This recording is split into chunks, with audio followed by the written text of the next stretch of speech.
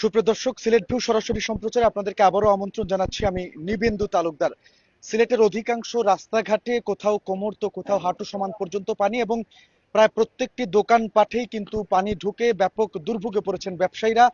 এই যে সড়কটিতে আমি দাঁড়িয়ে আছি, সিলেটের অত্যন্ত ব্যস্ততম একটি সড়ক, এখানে কিন্তু কোমর সমান পর্যন্ত পানি, এবং আমার পাশেই একটি মসজিদ রয়েছে যেখানে হাঁটু থেকে কোমর সমান পর্যন্ত পানি হয়েছে মসজিদের ভেতরে। এবং এখানে যদি একটু দেখানোর চেষ্টা করি আপনাদেরকে, এখানে প্রায় প্রত্যেকটি দোকানপাটেই কিন্তু ব্যাপক এই জলাবদ্ধতার কারণে পানি ঢুকেছে, এবং মানুষজনদেরকে চরম দুর্ভোগে পোহাতে হচ্ছে। এবং আমরা যে জায়গাটিতে অবস্থান করছি, সিলেটের ভারতখোলা এলাকা, এবং আহ, হাজী সিফাতুল্লাহ জামে মসজিদ যেটি রয়েছে এই এলাকায়, এই মসজিদটিতে কিন্তু আজকে মুসল্লিরা নামাজ আদায় করতে পারেননি, কেননা মসজিদের নিচতলা পুরোটাই কিন্তু কোথাও হাঁটু তো কোথাও কোমর সমান পানিতে নিমজ্জিত হয়েছে। এবং এই এলাকার প্রায় প্রত্যেকটি দোকান পাঠেই কিন্তু এই বৃষ্টির পানি ঢুকে মালামালের ব্যাপক ক্ষয়ক্ষতি হয়েছে। আপনারা দেখছেন প্রায় অধিকাংশ দোকানপাট কিন্তু তালাবদ্ধ রয়েছে, তারা শাটার ফেলে এখান থেকে চলে গিয়েছেন, অর্থাৎ নিরাপদ স্থানে আশ্রয় নিয়েছেন। তবে মালামাল যেগুলো রয়েছে দোকানের ভেতর, সেগুলো কিন্তু বৃষ্টির পানিতেই জলাবদ্ধতার কারণে ভিজে নষ্ট হচ্ছে। এবং মানুষজন এই এলাকায় যারা বসবাস করেন তারা কিন্তু বসত বাড়ি ছেড়ে তারা নিরাপদ স্থানে আশ্রয় নিচ্ছেন। শিশুদেরকে তারা নিরাপদে বাইরে বের করে নিয়ে যাচ্ছেন। অত্র এলাকার মানুষজন চরম দুর্ভোগে রয়েছেন, এবং প্রায় প্রতিনিয়তই কিন্তু বৃষ্টি হলে এখানে এরকম জলাবদ্ধতার সৃষ্টি হয়। একটু কথা বলবো আপনাদের সাথে। নিশ্চয়ই দেখতেই পাচ্ছি প্রায় কোমর সমান পানি জি, মারি দিচ্ছেন, কি অবস্থায় আছেন? খুব কষ্টে আছে। এই যে ছেলে বাচ্চাগুলো নিয়ে অনেক কষ্টে আছি। বাচ্চাগুলো পানি, বাসায় পানি, মসজিদে পানি, রাস্তায় পানি, কোথাও দাঁড়াবার জায়গা নেই। বাসায় কি পরিমাণ পানি? প্রত্যেকটা বাসায় পানি, হাঁটু সমান পানি, কোনো বাসায় কোমর সমান পানি। ওই যে সামনে বাসাগুলো আছে ওগুলোতে কোমর সমান পানি, মসজিদে হাঁটু পানি। আপনারা খাওয়া দাওয়া কিভাবে করতেছেন? খাওয়া দাওয়া বিদ্যুৎ তো সবাই নাই, এখনো খাই নাই। সকাল সকাল থেকে এখনো খাওয়া দাওয়া হয় নাই। কখন উঠছে? এই পানিটা কখন উঠছে? এই সকাল থেকে বৃষ্টি হয়েছে, প্রায় 12টার পর থেকে পানি ওঠা শুরু হয়েছে। নামাজও তো আদায় করতে পারেনি, মসজিদে না, যাবেন? মসজিদ নিচতলায় পানি, মসজিদের নিচতলায় পানি, মুসল্লিরা আসতে পারে না। অজুখানায় পানি, অনেক কষ্ট হচ্ছে মুসল্লিরা। দোকানপাটেরও তো মালামাল সব না, নষ্ট। সব ওই যে দোকান, অনেক দোকানের মালগুলা নষ্ট হয়ে গেছে, ভিজে গেছে, মানুষ পারে নাই। ওই অল্প সময়ের ভিতরে মালগুলো সরাতে পারছে না মানুষ। খুব দ্রুত কি উঠছে পানি? খুব দ্রুত উঠছে, মানে একটু বৃষ্টি হলেই পানি উঠে যায় ওইখানে। খুব এটার কারণ কি আসলে? এটার জন্য দায়ী কে? মূলত একমাত্র পানি, মূলত কারণ হচ্ছে ওই পানিগুলা যাওয়ার রাস্তা নেই, এবং যেদিকে যাবে ড্রেইনের ময়লাগুলো পরিষ্কার করা হয় নাই। প্রত্যেকটা ড্রেইন জাম, পানি যাওয়ার রাস্তা নাই, এবং ওই যেদিকে নামবে ওই দিকে রাস্তাটা ক্লিয়ার নেই। দর্শক, কথা বলছিলাম স্থানীয়দের সাথে। আসলে তারা সকাল থেকেই কিন্তু না খেয়ে রয়েছেন, এবং অত্র এলাকায় কিন্তু বিদ্যুৎও নেই, অর্থাৎ দেখতেই পাচ্ছেন কি পরিমাণ পানি। আমি সামনে আর যেতেই পারছি না। এটি কিন্তু একটি সড়ক, অর্থাৎ এটি কোনো ছড়া খাল বা নদী নয়, এটি সিলেটের প্রধান একটি সড়ক, যে সড়কটির অবস্থা আপনারা দেখছেন।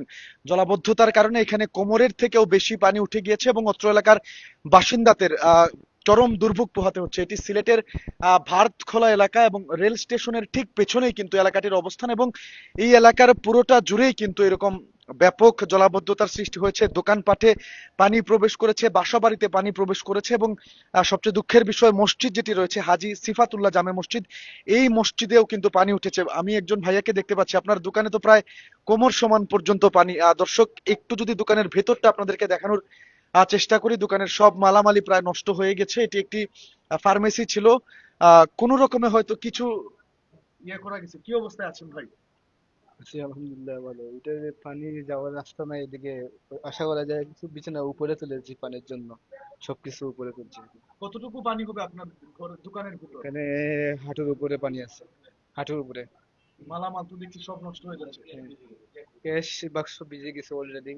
তারপরে চেয়ার টেয়ার সব সুপার ডুপার সব উপরে তুলেছি। কোন এলাকা এটা? এই বার্তাকলা। দর্শক, দেখতেই পাচ্ছেন আসলে মানুষজনের দুর্ভোগ কিন্তু চরমে পৌঁছেছে, এবং এই এলাকার বাসিন্দারা অনেকেই না খেয়ে আছেন সকাল থেকেই, কেননা তাদের বাসা বাড়িতে হাঁটু থেকে কোমর সমান পর্যন্ত পানি। এবং আহ মানুষজন, রিক্সা কিন্তু প্রায় অর্ধেকটাই। জি। ওই দেখেন আমরা ইস্কাল হয়ে যাচ্ছি না, কি অবস্থা বাবা, দেখেন দেখেন আমরা সাগরে ঢুকে মরলাম, দেখেন কি অবস্থা, আমরা অবস্থা খাই দেখেন। দর্শক, রিক্সার প্রায় পুরোটাই কিন্তু পানিতে ডুবে যাচ্ছে, এরকম একটি অবস্থা পুরো এলাকা জুড়েই। এখানে জলাবদ্ধতার কারণে, বৃষ্টির কারণে, অতিবৃষ্টির কারণে ব্যাপক জলাবদ্ধতার সৃষ্টি হয়েছে, এবং মানুষজন কিন্তু এর মধ্য দিয়ে, এখানকার বাসিন্দারা তারা সময় অতিবাহিত করছেন। নেই রান্না বাড়া, নেই সুপেয় খাবার পানি, নেই বিদ্যুৎ, সবকিছু মিলিয়ে তারা চরম দুর্ভোগে রয়েছেন এবং এর জন্য মানুষজন যেটা দায়ী করছেন, তার প্রধান কারণই হচ্ছে ড্রেনেজ ব্যবস্থা অনুন্নত।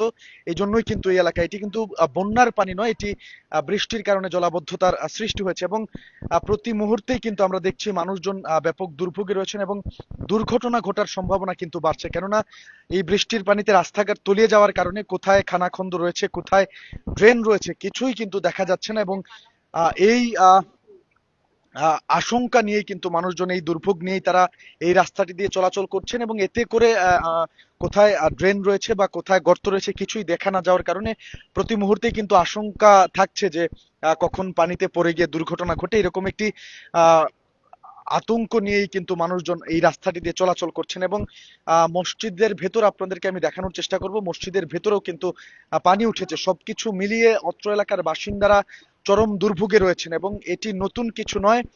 প্রতিবারই কিন্তু অতিবৃষ্টির সময় এখানে এরকম জলাবদ্ধতার সৃষ্টি হয়ে মানুষজনদেরকে চরম দুর্ভোগে পোহাতে হয়। এখানে প্রায় শতাধিক দোকানপাট রয়েছে, যেগুলোর প্রায় প্রত্যেকটিতেই কিন্তু পানি উঠেছে এবং জলাবদ্ধতার সৃষ্টি হওয়ার কারণে দোকানপাটের মালামাল সবকিছু নষ্ট হয়ে ব্যাপক ক্ষয়ক্ষতির সম্মুখীন তারা হয়েছেন এবং বাসিন্দাদের অবস্থা আপনারা দেখছেন, তারা প্রায় কোমর সমান পাড়ি মানিয়ে বাসায় মারিয়ে তারা আসা যাওয়া করছেন। আপনার বাসার ভিতরেও কি পানি? হ্যাঁ, বাসার ভিতরেও পানি, খাটটার তলাই গেছে। কতটুকু পানি বাসার ভিতরে? বাসার ভিতরে এটা আর এই মানিয়ে বাসার কোমর ভিতরে। সমান পানি। হ্যাঁ, খাওয়া দাওয়া রান্না বাড়া কিভাবে করতেছেন? রান্না বাড়ার কোনো সিস্টেম নাই কারেন্ট পানিতে। আছে? কারেন্ট আছে, এই দেয় আবার এই নেয়, এইটাই কষ্টের মধ্যে আছেন। কষ্টের মধ্যে আছি।